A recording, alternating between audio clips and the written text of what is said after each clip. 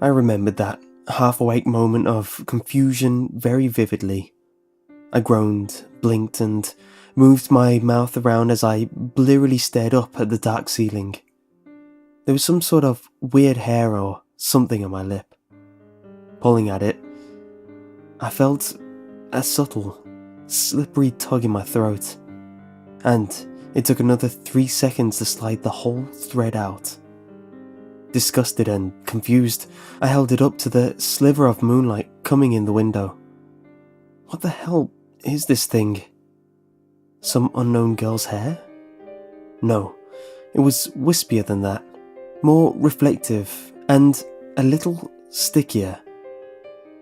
I felt suddenly queasy as the thought occurred to me that this was probably a silken spider thread. Had I just eaten a spider in my sleep? I got up that night, refusing to go back to sleep, but the day's night dispelled my silly little fears. If I had eaten a spider, it was long dead by now thanks to the stomach acid generously donated by my night-long anxiety. A few weeks passed and I almost forgot about the incident. I noticed that, very slowly, I began having trouble exercising at my usual rate.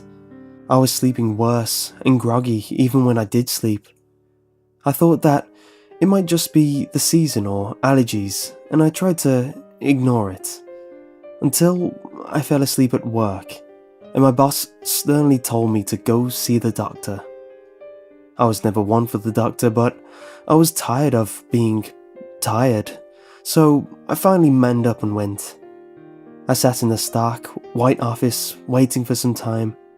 I figured the doctor probably wouldn't have any answers for me.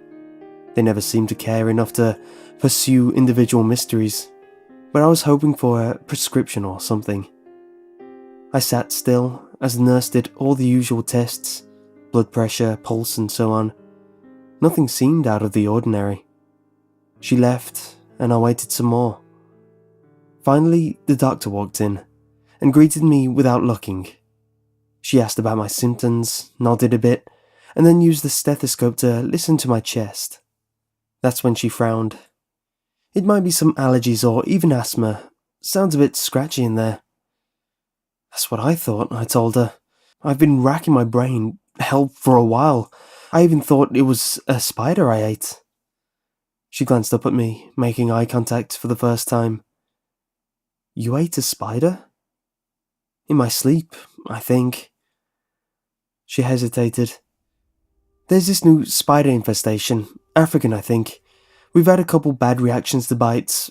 Total long shot here, but if it bit your esophagus or stomach, you wouldn't feel it, but you could still have a reaction.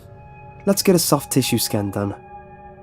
Confused and worried, but hopeful, I followed her advice and went to the next building over in the complex for the scan. The hour queue allowed me to fill out every form and exhaust every magazine in the small waiting room before they finally called me up. I followed the attendant warily into the imaging room. I'd seen it on television, sure, but the experience was far more intense than it looked. I had to lie still for quite some time, fighting all sorts of sudden urges to itch, sneeze, or cough while I waited. By the time it was over, I felt a build-up coughing fit coming on. The smiling attendant came in, told me I did a great job, and started checking things. Alright, I sighed. It was over. Time to get up and get out of here. Another attendant peeked in the door. A doctor stood behind him. They both motioned for their colleague and I found myself momentarily alone. I sat up, watching them confer in hushed tones just outside. The three approached me. We're going to need you to come with us real quick. It's not an emergency, we just need to speak to you in private. Feeling hot from my approaching coughing fit, I followed them to the small room where they directed me to sit and handed me a biohazard waste bin. I want you to close your eyes and cough into this trash can, alright son? The doctor told me, his tone quavering. And whatever you do, keep your eyes closed. It's important that you don't look for, radiological reasons from the imaging machine. Yeah, the machine, an attendant echoed, gulping. Their masked fear had my pulse racing, but I was more than ready to start coughing to ease the pain in my throat. Leaning over the waste bin, I began a heavy, hacking cough, letting out endless choking breaths and seemed filled with just weird dust and particles. Had I accidentally breathed in something radioactive from the machine? I kept coughing. I tasted blood. I paused. I breathed in and out. They urged me to keep coughing, their voices shaking and subtly disgusted. "Come on, just a little more, son," the doctor told me, his practiced hands trembling on my shoulder. The last cough seemed to spasm my whole body, and I felt clotted particles rise up in my throat and finally escape. Spitting and pushing out more air through my mouth, I got the last of it out of me.